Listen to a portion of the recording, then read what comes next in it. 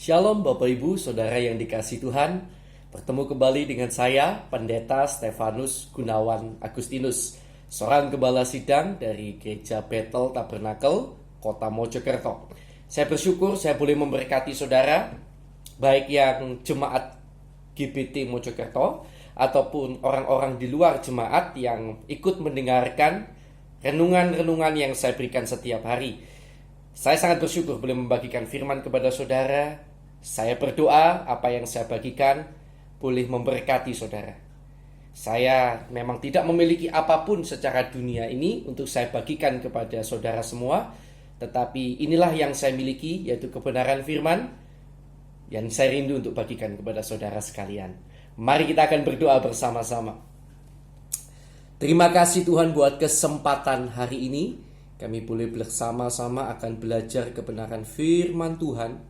Kiranya Tuhan akan menolong kami semuanya, membuka telinga rohani kami, mata rohani kami, sehingga kami mengerti firman, dan juga Tuhan kiranya menolong kami agar kami mampu melangkah menjadi pelaku-pelaku firman. Terima kasih Tuhan, terima kasih. Urapan Roh Kudus kiranya menyertai baik hamba-Mu yang menyampaikan firman maupun jemaat-jemaat anak-anak-Mu yang mendengarkan firman Tuhan. Terima kasih Tuhan. Dalam nama Tuhan Yesus Kristus, haleluya, amin. Amin, puji Tuhan. Bapak Ibu Saudara yang dikasihi Tuhan, hari ini saya akan menyampaikan hal yang mungkin mengejutkan bagi saudara. Hal yang mengagetkan. Hal ini juga baru saya ketahui tadi pagi. Pada waktu saya membaca Alkitab dalam terjemahan King James Version. Nah, jadi saya membaca sebuah ayat Alkitab dalam terjemahan King James Version. Lalu di sana Tuhan membukakan sesuatu kepada saya yang membuat saya kaget, lalu saya meneliti. Saya membaca ayat itu dalam versi King James karena saya teringat pada kisah seorang hamba Tuhan yang menceritakan kisah ini kepada saya. Jadi hamba Tuhan ini dulunya adalah sales atau agen asuransi. Sebelum dia bertobat, sebelum dia percaya kepada Yesus. Dia dulunya orang di luar Kristus ya, dan dia menjadi seorang agen asuransi. Pada satu ketika dia mendatangi sebuah rumah, terus bertemu dengan pemilik rumah seperti biasanya para agen asuransi ya. Kemudian tentu saja menawarkan produk asuransi yang dia bawa. Nah, kebetulan sang pemilik rumah adalah seorang Kristen yang sangat fanatik sekali terhadap Tuhan, sangat sungguh-sungguh. Pada waktu ditawarkan, sang bapak ini bicara begini, "Enggak, saya enggak mau pakai asuransi. Hidup saya tidak perlu khawatir tentang apapun. Saya punya Tuhan Yesus yang menjaga saya." Wah gitu ya. Saya punya Tuhan Yesus yang menjamin hidup saya. Saya tidak perlu khawatir akan hidup saya, akan apapun. Wah gitu. Karena kan orang beli asuransi, tertarik asuransi itu salah satunya kan karena khawatir. Khawatir kalau suatu saat misalnya sakit, tidak punya uang. Nah, asuransi yang diharapkan bisa membantu, kan begitu kira-kira ya. Jadi dia tidak mau. Tapi jawabannya seperti itu, punya Tuhan Yesus dan lain-lain. Nah, teman saya itu waktu dia masih menjadi agen asuransi jengkel dengan jawaban bapak ini, sambil agak guyon ya, karena bapak itu waktu itu guyon atau bercanda, maaf ya, guyon itu bahasa Jawa, artinya bercanda ya, bercanda. Dengan ada bercanda dia juga bilang begini sama bapaknya, "Pak, kalau percaya Tuhan Yesus menjaga, melindungi, menyertai sehingga nggak perlu khawatir tentang apapun, kok rumahnya ada pagernya ya Pak? Terus kok rumahnya ada pintunya ya Pak? Bapak setiap malam kunci pintu nggak?" gitu ya. Waduh, bapaknya mulai diem tuh. Bingung bapaknya. Ya kan? Kalau saudara yang jadi bapak itu ya, saudara jawab begitu, lalu dijawab sama agen asuransinya seperti itu. Jawab apa bapak? Jawab apa saudara?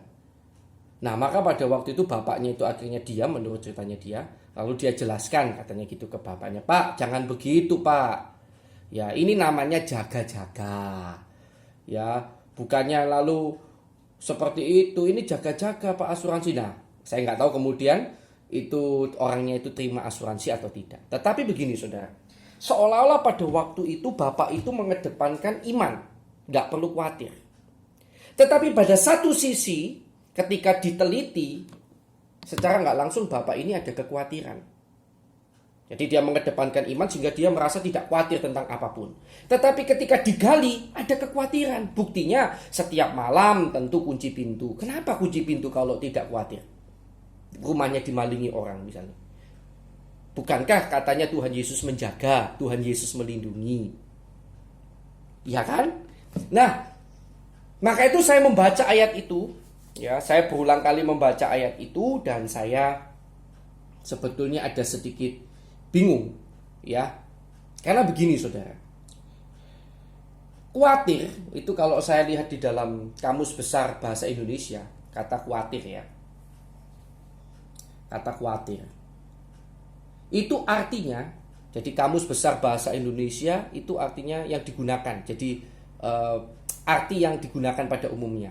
Jadi kesepakatan tentang arti kata khawatir itu seperti apa? Seperti apa bahasa Indonesia yang diidentifikasikan dengan kata khawatir itu? Seperti apa? Khawatir adalah takut, dalam kurung, gelisah, cemas, kurung tutup, terhadap sesuatu hal yang belum diketahui dengan pasti.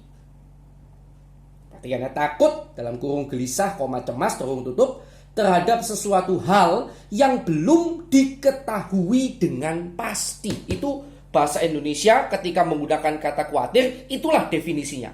Jadi ada perasaan takut ya terhadap sesuatu yang belum diketahui dengan pasti. Takut yang dimaksud di sini adalah cemas dan gelisah. Jadi begitu rasa takut, cemas, gelisah terhadap sesuatu yang belum diketahui itu muncul, langsung saudara sudah dikategorikan orang yang sedang khawatir. Tidak peduli munculnya sebentar atau munculnya lama, tidak ada kategori waktu di sana. Tetapi yang jelas begitu muncul, saudara disebut orang khawatir. Tapi masalahnya khawatir itu boleh tidak? Nah, itu judul tema kita sebelumnya hari ini. Khawatir itu boleh tidak sih? Menarik ya. Apalagi sekarang corona. Kita tahu beberapa gereja masih buka padahal sudah dilarang ya. Iman, nggak boleh khawatir. Lalu mungkin ada juga yang menghakimi orang-orang yang misalnya pakai masker lah, berjaga-jaga ketika keluar rumah. Mungkin ada yang menghakimi, wah terlalu khawatir. Nggak boleh kita khawatir. Kita harus beriman. Nah, bagaimana ini? Ya. Jadi kan ini sesuatu yang menarik sebetulnya untuk kita bahas. Khawatir itu boleh tidak sih? Padahal kalau kita tidak khawatir saudara, memang kita jujur kita tidak pernah khawatir. Kalau kita tidak pernah khawatir, kita pasti rumah kita sebetulnya nggak perlu pintu rumah. Kita nggak khawatir Tuhan jaga. Kita rumah nggak perlu pagar, nggak perlu khawatir Tuhan jaga. Kalau kita pakai sepeda motor parkir, kita nggak perlu khawatir. Taruh aja sepeda motornya, nggak perlu dikunci setir. Kalau pakai mobil nggak perlu dikunci mobilnya. Nggak khawatir, nggak takut, nggak gelisah tentang sesuatu yang belum tahu bakal terjadi atau tidak. Ya. Kan saudara mengunci mobil, mengunci sepeda motor, belum tentu sepeda motornya dicuri kan. Tetapi karena saudara takut ada kemungkinan itu, maka saudara kunci. Itu sudah khawatir. Gitu. Nah, seorang anak kecil misalnya, kalau tidak khawatir, tidak naik kelas, masakan akan belajar. Kalau tidak khawatir dimarahi guru, tidak khawatir dimarahi orang tua, apakah belajar? Jadi sekali lagi pertanyaan judul tema hari ini berupa pertanyaan, khawatir itu boleh tidak sih? Wow, luar biasa ya. Saya akan mengajarkan kepada saudara. Mari kita akan buka ayat yang saya baca tadi pagi, yang kemudian Tuhan bukakan kepada saya. Waktu itu saya membaca di dalam bahasa Inggris, versi bahasa Inggris, yaitu King James Version. King James Version, jadi Alkitab terjemahan versi bahasa Inggris. Salah satunya itu yang paling lama yang paling menurut saya cukup paling akurat itu King James Version menurut saya. Ya. Nah, tapi dalam bahasa Indonesia, dalam terjemahan bahasa Indonesia bunyinya begini. Kalau kita baca dalam bahasa Indonesia, Filipi 4 ayat yang ke-6. Janganlah hendaknya kamu khawatir tentang apapun juga. Perhatikan kata ini. Janganlah hendaknya kamu khawatir tentang apapun juga. Tetapi nyatakanlah dalam segala hal keinginanmu kepada Allah dalam doa dan permohonan dengan ucapan syukur. Janganlah hendaknya kamu khawatir tentang apapun juga. Jelas kata awalnya janganlah. Artinya perintah, larangan. Berarti kalau kita ada khawatir, dosa dong. Bagaimana sekarang? Nah, kemudian waktu saya membaca dalam versi King James, saya kaget, saudara. Mengapa saya terkaget-kaget? Karena dalam versi King James Version, kata khawatir itu, janganlah kamu khawatir tentang apapun juga. Nah, kata khawatirnya itu ditulis dengan be careful. Be careful. Jadi janganlah khawatir tentang apapun juga, itu be careful for nothing. Timbul pikiran dalam pikir. Bingung saya. Be careful itu setahu saya hati-hati. Sejak kapan be careful jadi khawatir? Khawatir itu bahasa Inggrisnya worry. Jelas. Persamaan kata dalam bahasa Inggris yang artinya betul-betul sama dengan khawatir dalam bahasa Indonesia itu adalah worry. Bukan be careful. Mengapa kok dalam Alkitab terjemahan King James Version tulis be careful, bukan worry? Kemudian saya mencoba menggunakan aplikasi Alkitab supaya cepat. Saya coba search di dalam kata dalam bahasa Inggris dalam terjemahan King James Version, ya. Saya coba search waktu itu. Nah, seperti ini saya coba search di dalam King James Version Perjanjian Baru. Saya search kata worry, itu ternyata tidak pernah muncul. Ya, kata worry tidak pernah muncul. Perjanjian Lama tidak pernah muncul, Perjanjian Baru pun tidak pernah muncul di dalam Alkitab terjemahan King James Version bahasa Inggris. Tidak ada. Jadi kata khawatir ternyata tidak ada dalam Alkitab bahasa Inggris. Nah, kan aneh ini kan. Loh. Jadi gimana sih kita itu boleh khawatir atau tidak? Nah, karena saya heran seperti ini, maka timbullah keinginan saya digerakkan hati oleh Tuhan untuk meneliti di dalam bahasa asli. Saya melakukan cek dan recheck dalam bahasa asli. Jadi kata khawatir dalam Filipi pasal 4 ayat 6 itu sebetulnya digunakan kata apa di dalam bahasa asli? Yang benar terjemahan bahasa Indonesia atau bahasa Inggris? Bingung saya. Ya. Jelas kan beda ya. Hati-hatilah for nothing. Be careful for nothing sama misalnya kalau ada worry for nothing itu kan beda banget itu. Hati-hati dan khawatir itu adalah dua kata yang berbeda, sangat berbeda. Nah, saya melakukan cek dan recheck, saudara. Saya coba cari dalam bahasa aslinya, dalam bahasa Yunani, ya. Filipi 4 ayat 6 itu dalam bahasa Yunaninya apa kata khawatir itu? Ternyata saya temukan bahwa kata khawatir dalam Filipi pasal 4 ayat yang ke-6 di dalam bahasa aslinya, kata yang digunakan itu sama dengan kata yang digunakan dalam Matius 6 ayat 25, 27, 28, 31, dan 34. Sama. Di mana waktu itu Yesus bicara tentang janganlah kamu khawatir tentang apa yang kamu makan, jangan khawatir tentang apa yang kamu minum, jangan khawatir tentang apa yang kamu pakai, dan lain sebagainya. Yang Bapak Ibu mungkin nanti bisa baca sendiri di rumah. Katanya sama. Penggunaan kata khawatir ini dalam bahasa aslinya itu digunakan kata yang sama. Nah, kata yang digunakan adalah kata miraim neio. Miraim neio. Miraim neio. O. Ya, jadi Miraim Neio ini kalau kita simpulkan sepanjang penggunaannya dalam Perjanjian Baru, bahasa Yunani ya, Perjanjian Baru sebagian besar bahasa Yunani ya, hanya sedikit bahasa Aram. Itu artinya adalah memikirkan dengan mendalam. Memikirkan dengan sangat mendalam. Jadi berpikir keras. Nah itu mungkin. Berpikir keras dengan sangat mendalam.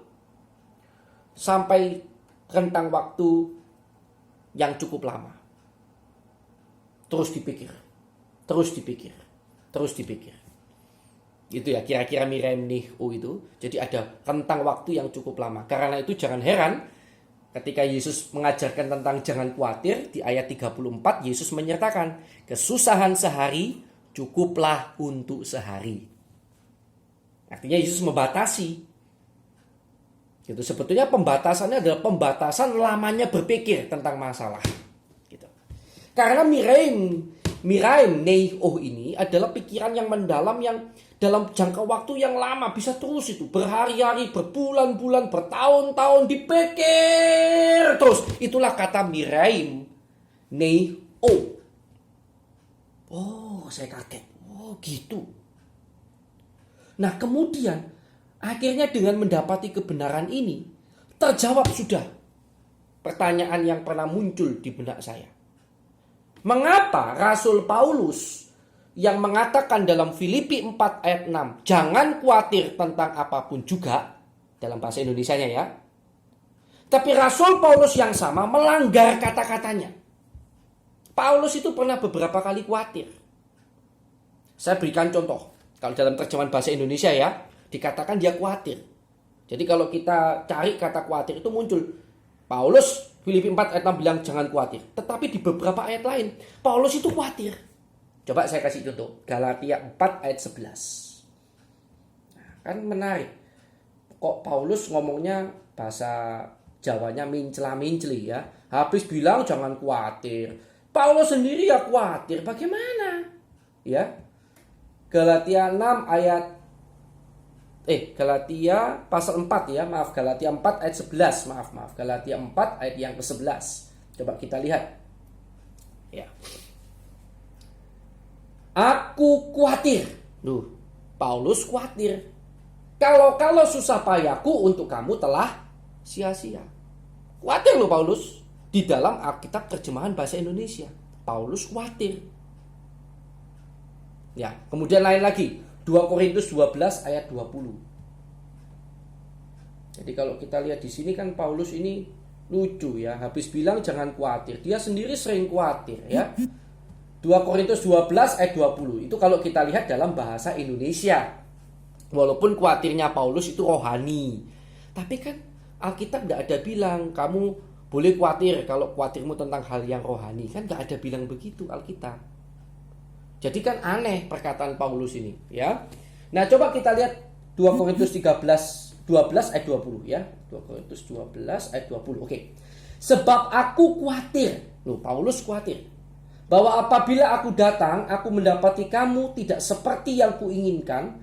Dan kamu mendapati aku tidak seperti yang kamu inginkan. Aku khawatir akan adanya perselisihan, iri hati, amarah, kepentingan diri sendiri, fitnah, bisik-bisikan, keangkuhan, dan kerusuhan. Wah, begitu tahu yang tadi itu Miraim Neio ya. Miraim Neio.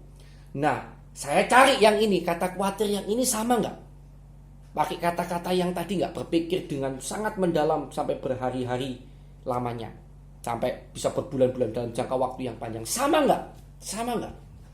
Nah, saya temukan bahwa ternyata kata khawatir dalam bahasa Indonesia di sini diambil berbeda, bukan Miraim Neio tadi, bukan, tetapi phobio, ya phobio. Dari situ timbul kata fobia, phobio.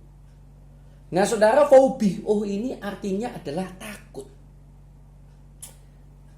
trauma, takut, ketakutan yang sangat luar biasa, phobio ini. Nah jadi lebih tepat sebetulnya kata itu bukan khawatir, tetapi Paulus ini ada rasa takut.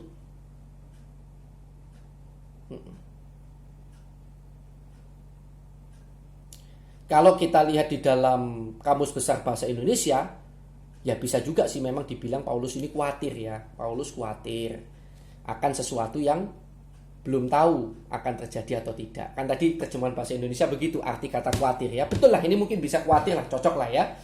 Tetapi yang tadi jelas beda dengan miraim neio.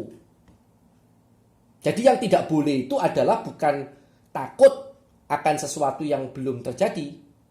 Paulus sempat mengalami juga kan khawatirin tadi ya, takut gitu ya. Yang ditulis dengan kata phobio ini secara nggak langsung ya khawatir dia. Tetapi kita lihat yang tidak boleh itu adalah memikirkan dengan mendalam. Miraim neio. Ya, miraim neio. Memikirkan dengan mendalam. Itu yang tidak boleh. Dalam waktu yang cukup lama. Jadi itu sebabnya sekali lagi Yesus pada Matius 6 ayat 34 setelah dia berkata tentang jangan khawatir yang tadi miraim neio ini, di ayat 34 kesusahan sehari cukup untuk sehari. Ada rentang waktu yang dibatasi. Bisa paham sampai di sini ya?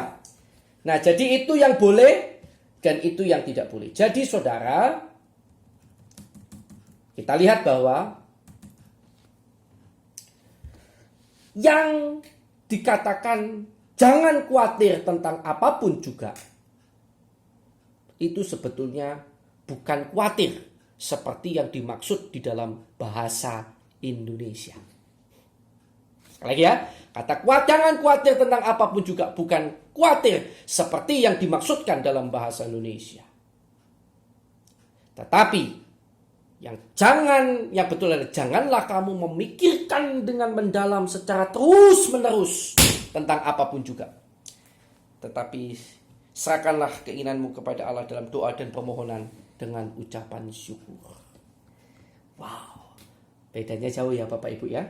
Nah, karena itu Bapak Ibu saudara yang dikasihi Tuhan, kalau saudara ada kekhawatiran, sehingga seperti Paulus sempat khawatir lah ya, takut akan sesuatu hal yang belum tentu akan terjadi, kita tidak tahu pasti akan terjadi apa, itu lumrah.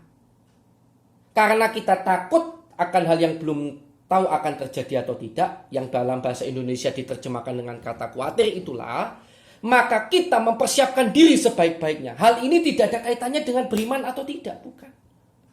Yang disebut saudara salah di mata Tuhan adalah saudara berkepanjangan takutnya, gelisahnya, khawatirnya, kepikiran terus sampai berhari-hari lamanya. Karena Yesus hanya memberikan jangka waktu 1 hari cukup. Kesusahan sehari cukup untuk sehari. Besok ada kesusahannya sendiri. Bisa paham di sini Bapak Ibu ya? Tentu dalam hidup ini jadi tidak salah kalau Bapak Ibu bersiaga.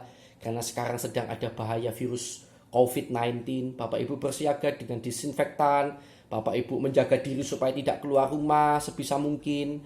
Mungkin Bapak Ibu melakukan banyak hal yang lain ketika terima makanan. Bapak Ibu semprot dulu. Saya tidak katakan itu sebagai sesuatu yang salah. Yang salah adalah apabila Bapak Ibu setelah sudah berjaga-jaga, Bapak Ibu masih terus kepikiran makanan sudah disemprot disinfektan ketika dapat dari Gojek ya toh. Sudah ini Bapak Ibu akhirnya tidak jadi ambil karena takut. Wah, tapi jangan-jangan nanti Gojeknya kena. Padahal sudah disemprot disinfektan, kita takut. Akhirnya nggak makan-makan kita. Ya, sampai besok.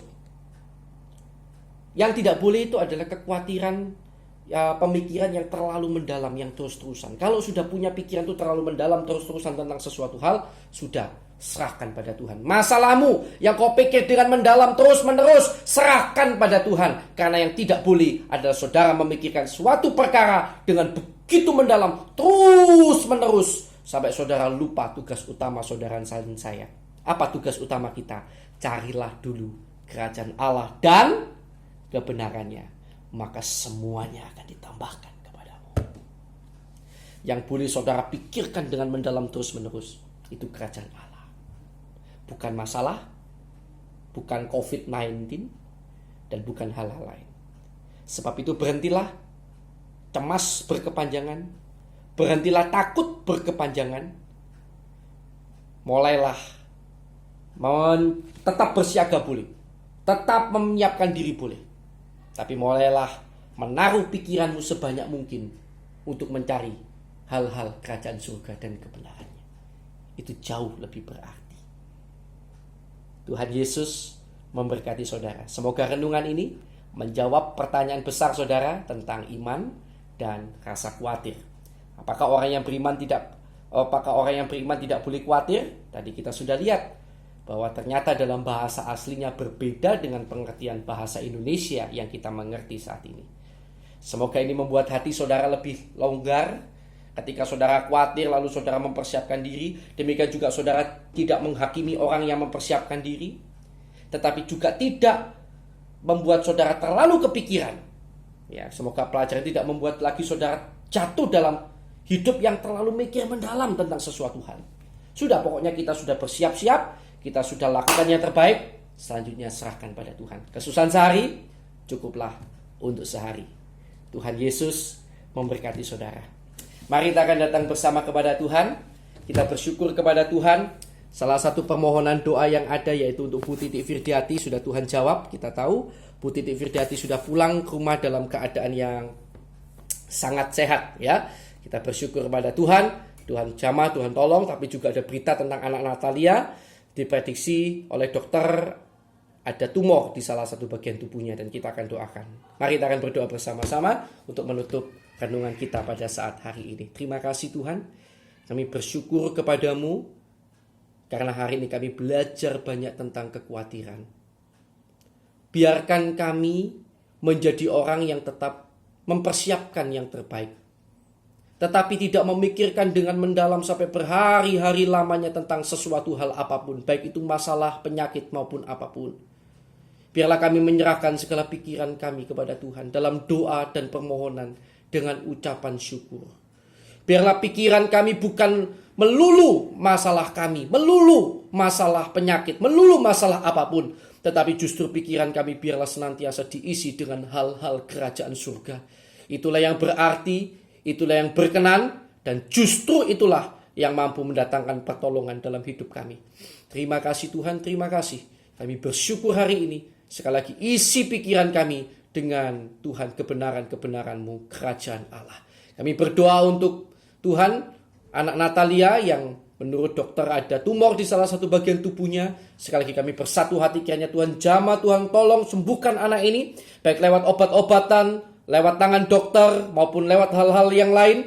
Kiranya Tuhan jamah, tolong sembuhkan anak ini di dalam nama Tuhan Yesus Kristus. Terima kasih Tuhan. Dalam nama Tuhan Yesus Kristus, kami serahkan semuanya dalam tangan-Mu. Kami percaya Natalia sudah ditolong Tuhan, yang lain-lain juga sudah ditolong Tuhan. Siapapun yang dalam kondisi sakit saat ini, juga Tuhan jamah, sembuhkan dalam nama Tuhan Yesus Kristus. Terima kasih Tuhan. Haleluya. Amin. Tuhan Yesus memberkati saudara.